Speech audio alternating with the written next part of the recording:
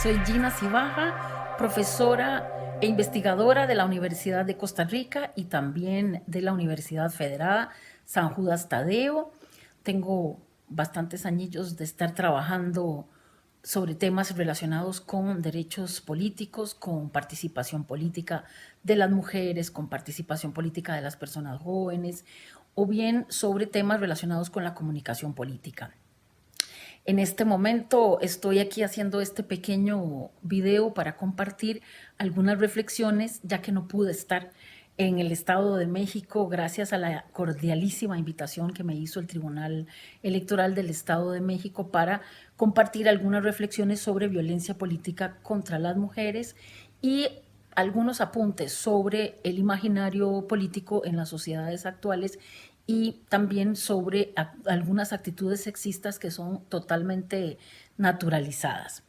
Es claro que esta conferencia que iba a dar en México, que me encanta y que adoro la cultura mexicana y que agradezco profundamente la invitación y que espero poder ir pronto cuando terminemos esta crisis sanitaria, estoy también consciente de las actividades que se preparan en el marco del programa Únete o de la campaña Únete de ONU Mujeres y que el Tribunal Electoral del Estado de México asume como un programa propio y que lo llaman UNETEM, ¿verdad? Para justamente unir esto.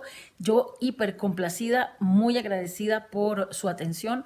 Un ratito que podríamos eventualmente luego discutir a través del correo electrónico o todas estas plataformas tecnológicas. Lo que hago es un punteo de ideas, básicamente como para ponernos en sintonía sobre este tema que nos aqueja y que realmente está siendo pandemia también, ¿no? La violencia contra las mujeres, que es algo que se ha naturalizado de una manera muy particular en todas las sociedades y sobre todo en nuestras sociedades latinoamericanas que tienen esto de naturalizar la heterosexualidad, de naturalizar la violencia, de naturalizar ciertos estereotipos que no son nada naturales, de considerar a las mujeres siempre en una condición de inferioridad con respecto a los hombres. Tengo que agradecer evidentemente al señor presidente del Tribunal Electoral del Estado de México, a don Raúl Flores Bernal, por la invitación que me hizo y que tuve que declinar ir a México por la pandemia de salubridad que estamos viviendo a nivel global. También agradezco a la magistrada Leticia Victoria Tavira, a la magistrada Patricia Tobar Pescador, al magistrado Jorge Muciño Escalona y al magistrado Óscar Pasquel Fuentes. Y por supuesto no puedo dejar de agradecer y de saludar a mi querida amiga y colega, a Gabriela Cedillo, quien fue la que me puso en contacto con las señoras y señores magistrados para que fuera a dar esta conferencia y que siempre ha estado pendiente trabajando en redes colaborativas y de qué manera mejoramos las condiciones de la vida política de las mujeres. Gabriela, un saludo enorme y un gusto estar compartiendo al menos algunas ideas por este medio que por dicha y afortunadamente lo tenemos a mano, ¿no? También hay unas recomendaciones de textos que podrían servir muchísimo para instruirnos sobre esto, que cada día hay algo nuevo o una nueva tipificación de actos en contra de las mujeres y en este caso de la política. Hay un texto de la OEA, de la Organización de Estados Americanos, que se llama Ley Modelo Interamericana para prevenir, sancionar y erradicar la violencia contra las mujeres en la vida política. Eso lo tiene Gabriela, que se los va a pasar. Hay otro texto que está en línea también de Flavia Freidenberg, que es otra querida amiga y colega, y de Gabriela del Valle, que se llama, del 2017, que se llama Cuando hacer política le cuesta la vida. Te cuesta la vida. Estrategia contra la violencia política hacia las mujeres en América Latina. Este texto es bastante interesante porque nos da casos y ejemplos en la región latinoamericana. Esto fue hecho por el Instituto de Investigaciones Jurídicas de la UNAM y el Tribunal Electoral de la Ciudad de México. Entonces, esto me parece que les puede servir. Y un texto que Gabriela me había mandado y que también me parece muy, muy interesante, de Martelisa Nateras González, también de la UNAM, Los derechos políticos electorales de las mujeres en el Estado de México, violencia política o violencia de género, se interroga la autora. Estos tres textos creo que nos pueden dar muchísimas luces. Yo tampoco los he revisado de cabo a rabo, nada más los doy ahí como sugerencia para que los puedan revisar, porque obviamente estamos en estas encerronas y haciendo un montón de cosas que la universidad nos está exigiendo en este momento para ver si retomamos el ciclo lectivo. Voy a empezar hablando un poquito sobre lo que en este texto de Flavia Freidenberg y Gabriela del Valle hablan de lo que se entiende por violencia política contra las mujeres. Esto ellos plantean a partir de un protocolo de prevención de violencia contra las mujeres en política, que la violencia política son todas aquellas acciones y omisiones, incluida la tolerancia, que basadas en elementos de género y dadas en el marco del ejercicio de derechos políticos electorales, tengan por objeto o resultado menoscabar o anular el reconocimiento, goce y o de los derechos políticos de las prerrogativas inherentes a su cargo público. Vean que en esta definición tal vez es un poco legal y yo no soy abogada, pero puedo leer que tiene que ver con todas acciones. Vean que la violencia está expresada en acciones sobre los derechos de una persona, en este caso las mujeres, o acciones u omisiones, porque esto a mí me parece que es muy importante. La tolerancia respecto a ciertas acciones violentas contra las mujeres muchas veces pasa desapercibida y nos hacemos de la vista gorda, como decimos aquí, para no verlo. ¿Por qué? Porque obviamente es algo que significa meterse en un conflicto que no necesariamente estamos dispuestos o dispuestas a manejar o a trabajar, ¿no? Pero en realidad tiene que ver con más violencia simbólica que con violencia física, aunque ya tenemos registrado muchísimos casos a nivel latinoamericano de violencia física, de llegar hasta el femicidio o hasta llegar a matar a las personas en función del cargo que ejercieron, en función de presiones o en función de amenazas o de toma de decisiones en los puestos de toma de decisiones. Esto me parece que es muy importante tenerlo claro. Segundo elemento que encuentro en esta definición es que habla de elementos de género. Ahorita vamos a hablar un poquito de esto, qué significa el género, ¿no? Porque pensamos que hablar de género es lo mismo que hablar de mujeres y en realidad no necesariamente, aunque están estrechamente vinculados. Cuando hablamos de género, estamos hablando de algo más genérico, es decir, que asociamos a una mujer y que asociamos para un hombre. Esto incluye valores, comportamientos, actitudes, pensamientos y una serie de cosas, de elementos que nos condicionan en nuestro accionar político y en nuestro accionar en la vida en sociedad, ¿no? En colectivo. Entonces, es muy importante hacer un ejercicio que tal vez ahora, como estamos aquí en la intimidad de mi casa, que es su casa, la de todos ustedes, podríamos hacer un ejercicio de decir, cerremos los ojos y pensemos, ¿qué es una mujer? ¿No? Y entonces, ¿qué es lo primero que se nos viene a la mente si cerramos los ojos y decimos, bueno, cuando yo pienso en una mujer, pienso básicamente en un ser sintiente, en mi caso,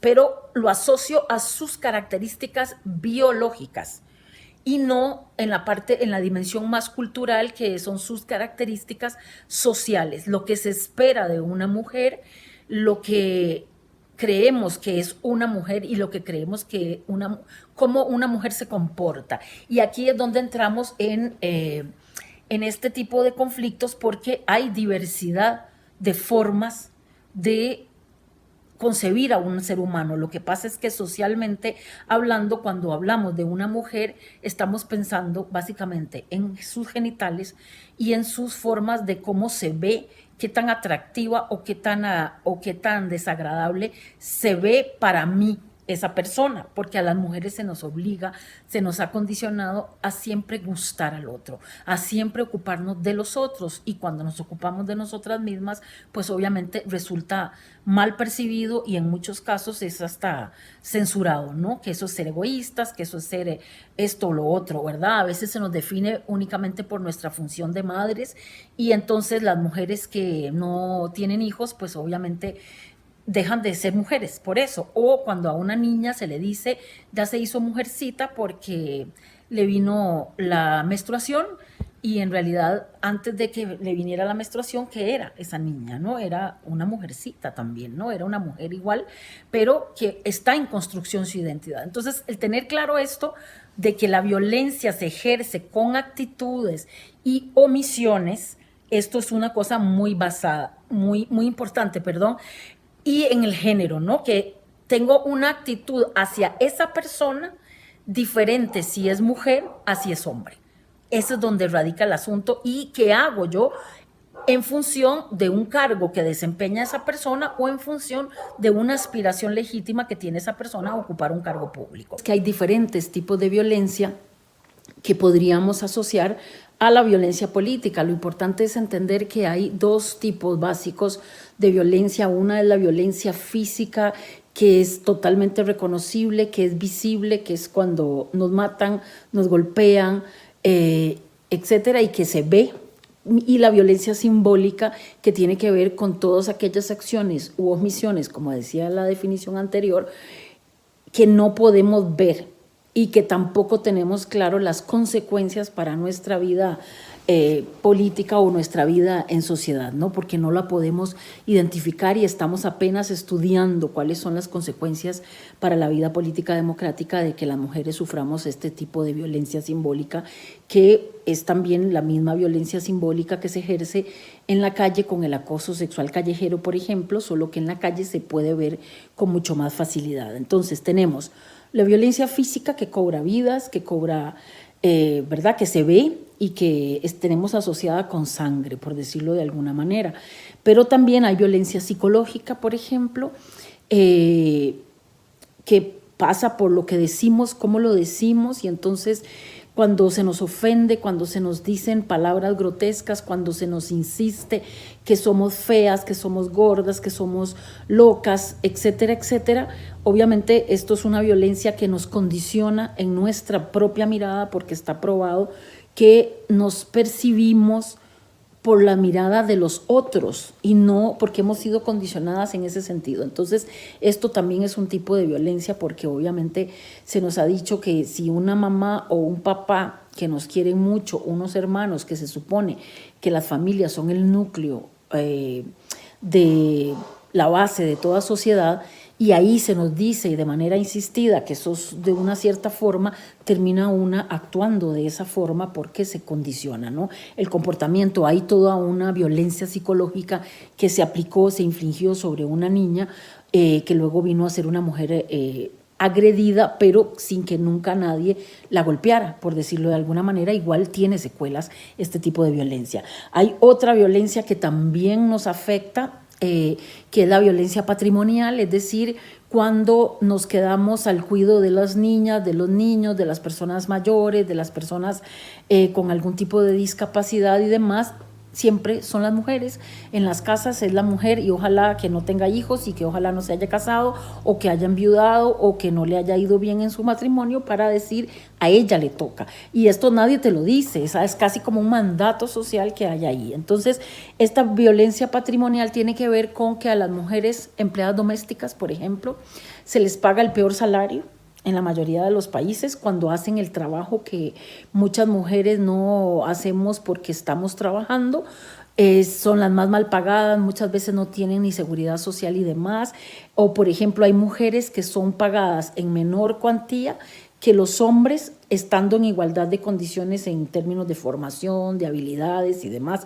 Esto es una cosa realmente impresionante, está probado que las mujeres ganamos menos, hay un porcentaje menor del que ganamos, aun cuando tengamos la misma formación, capacidades o habilidades que los hombres, ¿no?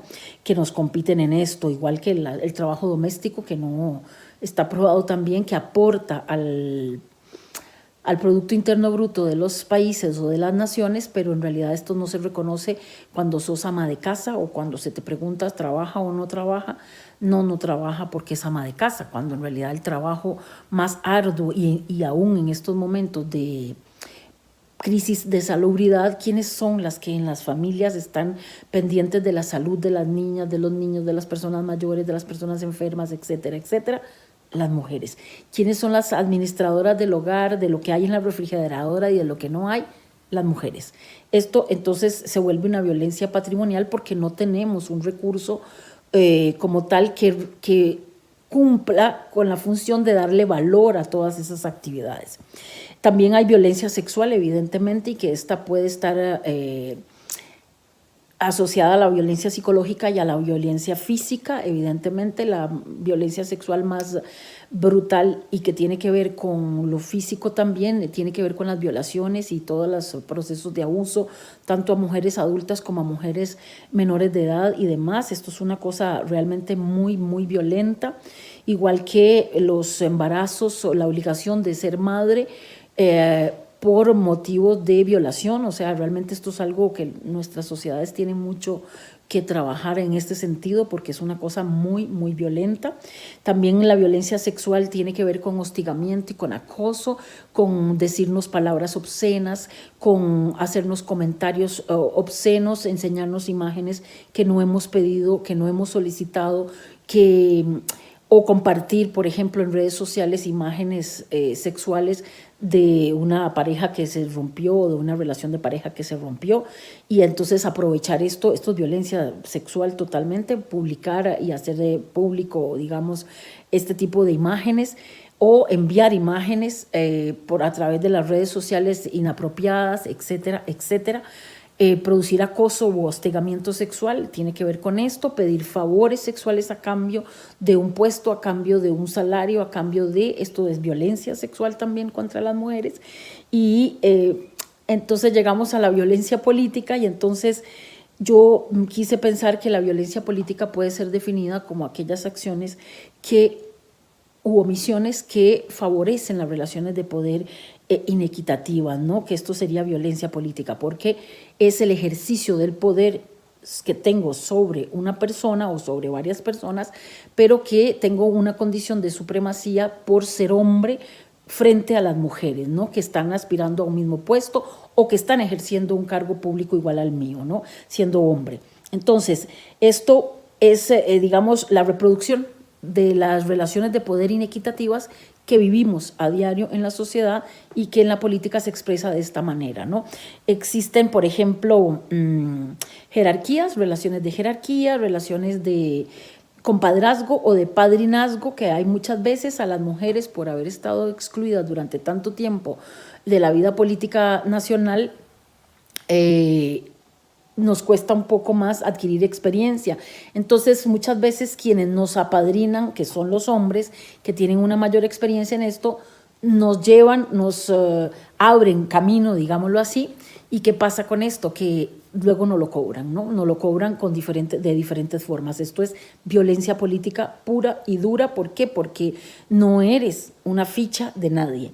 Eres una ciudadana con todas las, en principio, derechos y garantizados y otorgados, ¿verdad? Por tu simple condición de ser humano, que entonces tienes derecho a esto. Y aún así, muchas veces se canjea, ¿no? O que, por ejemplo, en un puesto de elección popular, voy a poner un ejemplo de Costa Rica para no entrar, para que ustedes tengan una idea, digamos, en Costa Rica existe la figura del alcalde y hay elecciones para las alcaldías en los 82 cantones que forman la división territorial más pequeña en Costa Rica. Bueno, los cantones están formados por distritos, ¿no? Y entonces en esto existe la alcaldía, la persona que va a la alcaldía y 2 vicealcaldías. Por la idea de paridad de género tiene que ir, si la persona que va de candidata a la alcaldía es un hombre, debería de ir en la primera vicealcaldía una mujer y la segunda vicealcaldía puede ser un hombre o una mujer indistintamente en esa papeleta. Entonces, durante mucho tiempo, la persona que ocupa la primera vicealcaldía tiene salario. La persona que ocupa la segunda vicealcaldía no tiene salario. Entonces, por la regla de paridad en las cuotas de participación en las nóminas, se obligaba a que la segunda a bordo era mujer por ser la primera vicealcaldesa. Pero resulta que entonces llegaban al proceso electoral, ganaban una elección y ¿qué pasaba? Que se le pedía a la vicealcaldesa 1 que se retirara para que subiera el vicealcalde 2, que es el que no tenía sueldo. y esto fue una práctica común hasta hace poco que se empezó a denunciar. Bueno, esto es una violencia patrimonial y política clara, pura y dura, ¿no? Entonces, en este sentido, hay también pago de favores, hay amenazas, hay compadrazgos, etcétera, etcétera. También se fomenta ¿cómo se llama esto? Clientelismo político, porque a las mujeres se les mete en un partido político, se les invita a participar, pero con ciertas condiciones, ¿no? Además, en muchas partes del mundo, participar en puestos de elección popular implica una suma de dinero considerable como aporte para el partido político, aunque exista la deuda política en ese país y que se financie la democracia de una cierta manera. Igual las mujeres, por lo general, tienen un patrimonio más limitado que el de los hombres y todavía más en la toma de decisiones cuando se trata de una familia.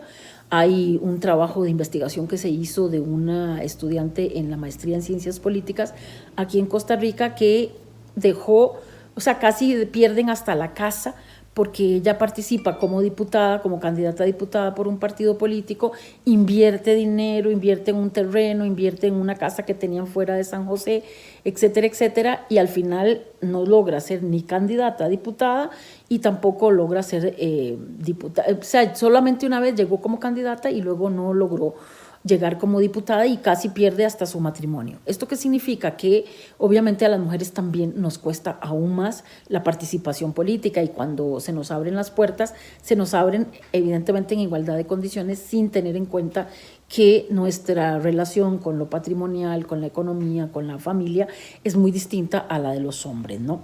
Entonces, dicho esto, paso a decir que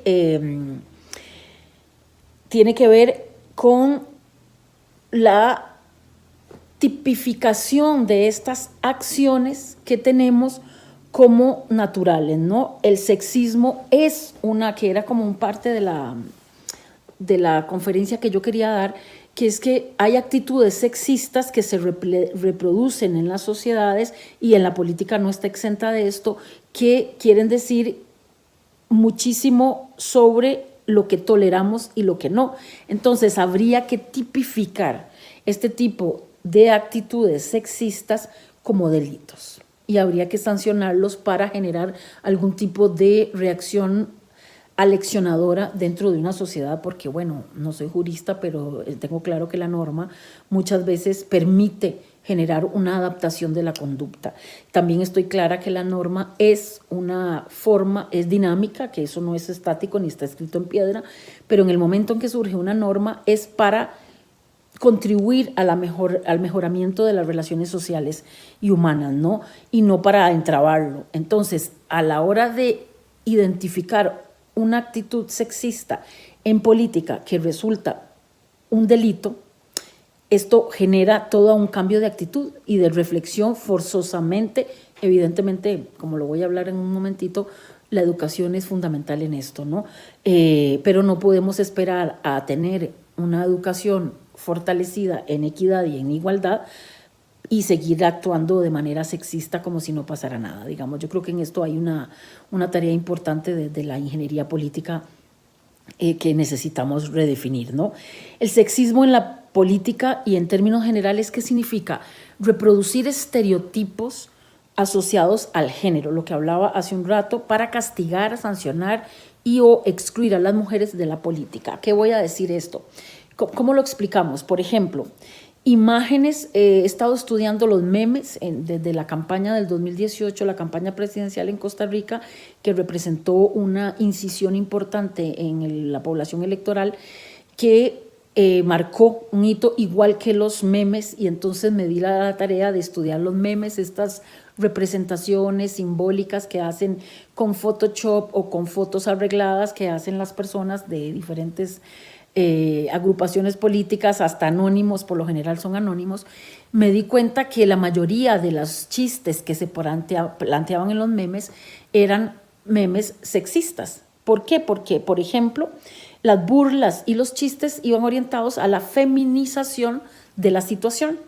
Es decir, si yo pongo, por ejemplo, un maestro, que eran dos candidatos que se disputaban la segunda ronda en Costa Rica, puse al candidato presidencial que ganó las elecciones y al otro candidato presidencial que las perdió, este segundo había mostrado que tenía pocas habilidades cognitivas, digamos que no era una persona muy bien formada, que era una persona que no tenía acceso a datos, básicamente porque centró su contienda en los asuntos de la fe.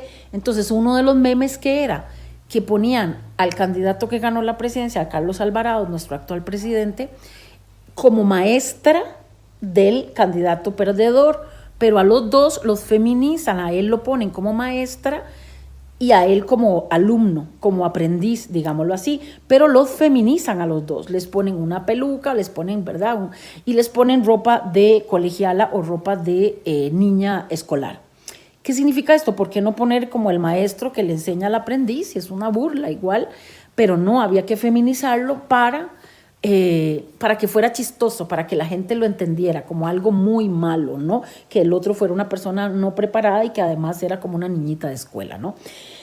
Por ejemplo, el uso del lenguaje inclusivo o el uso del lenguaje exclusivo para hablar del genérico de los estudiantes, de los electores, de los funcionarios públicos, nos hace de alguna manera aparte en la historia de la construcción de un Estado o de una vivencia colectiva.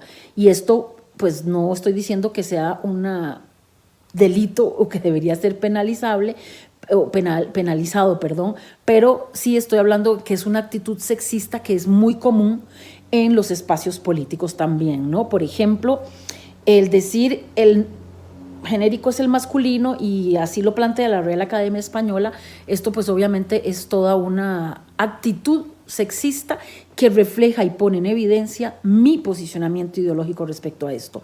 ¿Por qué? Porque el habla es por excelencia una herramienta poderosa de expresión, de construcción de realidades. Lo que yo menciono y nombro existe. Lo que yo no menciono y no nombro no existe. Entonces, poder reconocer de que hablamos de manera sexista, de que hablamos de manera exclusiva, es una forma de reconocer la deuda histórica que tiene la humanidad con las mujeres en términos generales, sobre todo en la vida política, ¿no? Redactar todo en genérico es hacer pocos esfuerzos por hacernos sentir incluidas en esto, ¿no? El lenguaje es realmente maravilloso y creativo. Tenemos una gran cantidad de formas de hablar de un mismo fenómeno, expresando nuestro posicionamiento ideológico también desde múltiples formas, ¿no? No necesariamente tenemos que hablar de los estudiantes cuando podemos decir la población estudiantil, por ejemplo, o en lugar de usar las y los, que esto realmente genera muchísima tensión en muchas personas, y lo entiendo porque hay mucha aversión, ¿verdad?, entre hombres y mujeres. El hecho de que una sea mujer no nos da conciencia de género de ninguna manera, ¿no? Y menos aplicarlo en política. Esto es algo que tenemos que ir trabajando poco a poco. Por ejemplo, podríamos hablar de población electoral o del electorado en general, podríamos hablar de las autoridades municipales, autoridades gubernamentales, autoridades del Tribunal Electoral del Estado de México. No necesariamente tengo que hablar de los magistrados porque hay magistradas y magistrados, entonces las personas que ocupan las magistraturas, invertir los órdenes que tradicionalmente hacemos para decir ellos y ellas, entonces mejor empecemos hablando de ellas y luego de ellos, etcétera, etcétera. Bueno, esto es solo una pinceladita de lo que se considera sexista y que podríamos ir cambiando y que no requiere de grandes esfuerzos, ¿no? Por ejemplo, otras actitudes sexistas que feminizan es en el fútbol, que esto lo encontramos es un ejemplo muy claro. Yo no soy futbolera, pero entiendo y estudio estos procesos sociales que también se da un poco de violencia en muchos casos. Cuando se le dice a un mal jugador, qué perra, perdonen, ¿verdad?, esta expresión, pero así es, y bueno, otros indicativos que tienen que ver con el cuerpo de las mujeres también, es para decir que es mal jugador. No le decimos qué perro, sino qué perra ese jugador. ¿Por qué? Porque decirle perro a alguien es como denigrar a esa persona, pero también es una forma de no, también es una forma de feminizar esto porque suena más duro decirle perra a un hombre que perro. Esto es algo realmente alucinante. Y entonces esto pasa también en política. Esta pandemia, por ejemplo, nos ha puesto en el ojo del huracán todo aquello que resulta contaminante. Esta pandemia también nos ha puesto a reflexionar sobre cómo vemos el problema y cómo está siendo abordado por cada uno de los estados donde aparece un caso y cómo se multiplica esto de manera exponencial. Bueno, resulta que aquí en Costa Rica empezaron a salir memes y uno de los memes era, se ha puesto muy fea la cosa. Y uno de los ejemplos que ponían de manera muy chistosa era que ahora todos los hombres van a tener que estar encerrados en sus casas con sus esposas o sus mujeres. Esto para mí es algo impensable, ¿verdad? O alucinante que siga haciéndonos gracia, cuando en realidad es una cosa totalmente sexista y totalmente desde todo punto de vista, ¿no? Porque si estás casado es para compartir y para sobrellevar cargas, ¿no? Pero no para tener que sufrir y padecer a tu esposa. O sea, realmente esto a mí me parece horrible, pero bueno, esto es así. Entre esos y muchos ejemplos más del sexismo podríamos seguir aquí todo el rato. Y yo que quería hacer un video de 10 minutos. Ya llevo 20 aquí y 10 del anterior. Paso a dos cositas más que quiero compartir, que son los imaginarios y las acciones afirmativas. ¿Qué son esos imaginarios mentales? ¿Qué es lo que llamamos imaginarios sociales? Estos imaginarios son los mapas mentales que representan la vida en sociedad o la vida individual que yo llevo, que tiene prejuicios y distorsiones. Estos mapas mentales que yo tengo ahí son como mi filtro, es como mis anteojos que me permiten ver con mayor nitidez algunas cosas, aunque la nitidez puede estar distorsionada totalmente, porque están llenos de prejuicios, llenos de ideas preconcebidas, de opiniones que son producto de mi proceso de socialización básico, que son, por ejemplo, la familia, la religión, la escuela, el colegio o la secundaria, la universidad en el mejor de los casos, los medios de comunicación y toda la producción cultural asociada a la transmisión a través de los medios de comunicación y las nuevas tecnologías de información y comunicación.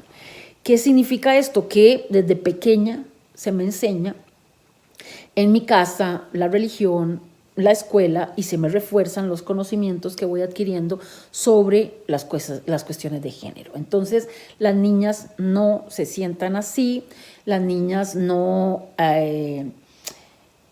comen así, las niñas ayudan en la casa, las niñas tienen que cuidar a sus hermanos menores, las niñas tienen que hacer las tareas del hogar y las tareas de la escuela también, etcétera, etcétera. Y en la publicidad, en los medios de comunicación, en las películas, en la literatura que tenemos a mano, en los textos escolares y demás, también se nos dice que las niñas se visten de rosado, que las niñas tienen que hacer esto, que las niñas o las mujeres calladitas son más bonitas, etcétera. Entonces es este entramado de percepciones que las damos por fijas, que ni nos damos cuenta que las tenemos, y esto pasa en la política también, ¿no?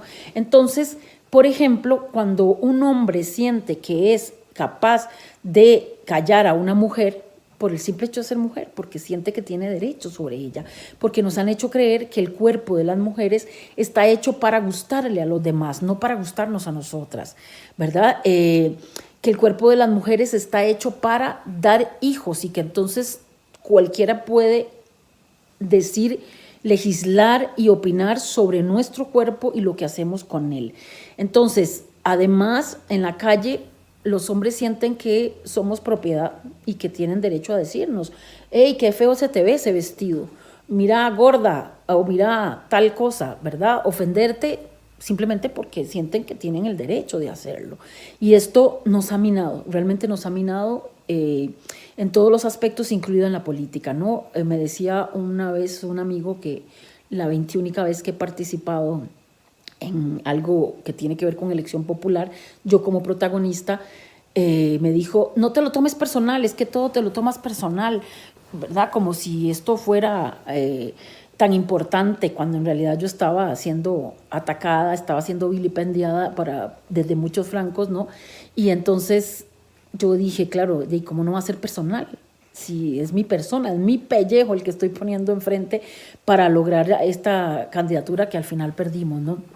Por un voto.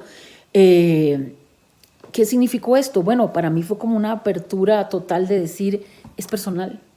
Por eso las feministas dicen, lo político es personal y lo personal es político, ¿no? Porque hasta legislar, hasta decidir sobre nuestro propio cuerpo nos ha costado muchísimo en estos tiempos. Ahora imaginemos lo que significa en la participación política electoral o participación política gubernamental, donde hay ejemplos clarísimos de mujeres que han sido amenazadas, que han sido asesinadas, que han sido extorsionadas, etcétera, etcétera, y esto debería de ser tipificado como un delito de violencia política contra las mujeres, porque es diferente como lo viven los hombres a las mujeres, ¿no?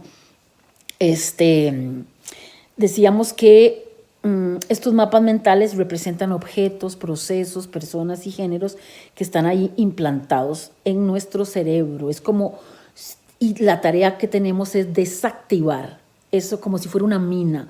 Tenemos un territorio minado y hay que aprender a desactivarlo, porque si no seguimos reproduciendo todos estos estereotipos, porque las personas que están en el Congreso, las personas que están en los gobiernos locales, en las personas que están en el gobierno nacional, en las diferentes instituciones como ustedes, todos tenemos prejuicios.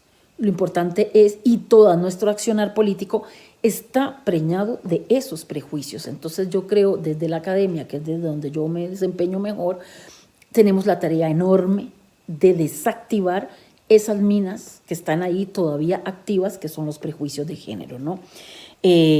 Porque seguimos pensando en el imaginario político, que fue el tema que trabajé para mi tesis doctoral con Flaxo. Me di cuenta que el imaginario político está preñado de esta idea de que la política es contaminante, que la política sigue siendo una cosa de hombres, que la política es una actividad deplorable y denigrante, cuando sabemos que la política es por excelencia un mecanismo y un recurso interesantísimo para transformar las sociedades. Pero si las personas que están transformando las sociedades no desactivan estas minas estereotipadas de género que tienen en sus imaginarios, no vamos a lograr avanzar mucho más de lo que hemos logrado en este momento. ¿Qué tiene que ver esto con acciones afirmativas? Son las formas que hemos encontrado en sociedad para desactivar estas nociones preconcebidas, porque cuando la norma se vuelve una acción afirmativa es para compensar el histórico excluyente que hemos vivido las mujeres, ¿no? Y entonces se dictan normas para que podamos acercarnos. Y por eso las cuotas, que han sido una de las acciones afirmativas más implementadas alrededor del mundo democrático, y es que se nos permite a las mujeres participar en política en igualdad de condiciones, pero poniéndonos el simple hecho de ser mujer nos da prioridad para participar en un puesto de elección popular, por ejemplo, o en ocupar un cargo determinado. ¿Esto qué significa? Que aunque no tengamos experiencia, la estamos construyendo. Y no es una excusa decir, como no tienen experiencia o como no tienen como formas de hacerlo, no saben cómo hacerlo, entonces mejor no las ponemos. Pues no, esto es la acción afirmativa, por el simple hecho de ser mujer. Ya hemos llegado a un punto en donde las mujeres hemos tenido puestos y cargos en la función pública importantes, y que tal vez llegue el momento en que nos podamos cuestionar sobre las agendas de estas mujeres que están en los puestos de toma de decisión. Por el momento siguen siendo mujeres que llegan ahí porque hay acciones afirmativas que obligan a los partidos políticos a poner mujeres, ¿no? Como me dijo un distinguido señor magistrado aquí en Costa Rica, a quien le tengo un gran cariño, pero me dijo un día: Gina, vente a presentarnos, ayudarnos a presentarle una revista, porque nos están pidiendo mujeres, y como no hay, y como ninguna mujer escribe, entonces queríamos ver si podías venir. Yo le dije que sí, lo hice por las estudiantes que vienen detrás, porque si yo hubiera dicho que no, siempre, igual el campo lo toma alguien, y probablemente sea un hombre. Entonces fui para decirlo, estoy tomando este campo, pero me hubiera gustado que el señor magistrado me dijera: Gina, creo que tienes una gran capacidad para hacer un comentario inteligente sobre esta revista, y me encantaría que estuvieras y de paso cubrir la cuota de género que nos están pidiendo. Eso hubiese sido genial, pero bueno, esto es así. Por último, ¿cuál es la solución? Y ya los dejo en paz, esperando algún tipo de retroalimentación que ustedes me puedan dar a través de mi correo electrónico, que Gabriela se los puede facilitar, es ginasibaja@gmail.com. Estoy también en todas las redes sociales como Gina Cibaja y ahí me van a ver. No tengo la solución, pero estoy clara y segura que iniciar la discusión sobre estos temas es vital para que las sociedades que se precian de democráticas y que puedan avanzar en una vía más igualitaria, más equitativa sobre todo, y más inclusiva. También estoy segura que esto depende en gran medida de la apertura y de la voluntad política que haya para discutirlo, tipificar acciones violentas en política contra las mujeres y sancionar a todos aquellos que infrinjan esa normativa, ¿no? Que sea como una acción afirmativa, pero que esto tendría un efecto pedagógico importante en toda la sociedad. Y por último, cambiar los imaginarios es una tarea épica, no es tan fácil, pero aquí entramos en juego todos los educadores y educadoras, pero también las políticas educativas de los estados, ¿no? Porque esto, por más esfuerzo individual que hagamos, si no transformamos los materiales didácticos, las mentalidades de las personas que dan la clase y demás, no va a ser posible un cambio a corto ni a mediano plazo, sino que esto va a implicar mucho más tiempo del que quisiéramos las mujeres que ya hemos padecido suficiente, aunque no todo es malo, porque estoy aquí hablando con ustedes, o por lo menos imaginando que estoy discutiendo con ustedes. Espero sus comentarios, les mando un gran abrazo y deseo que todas las personas de su entorno estén seguras en medio de esta pandemia, y espero que nos podamos ver y discutir esto presencialmente más adelante. Un abrazo enorme a todas las personas que me escucharon y espero poder ampliar este tema con un poquito más de investigación. Que la pasen bien.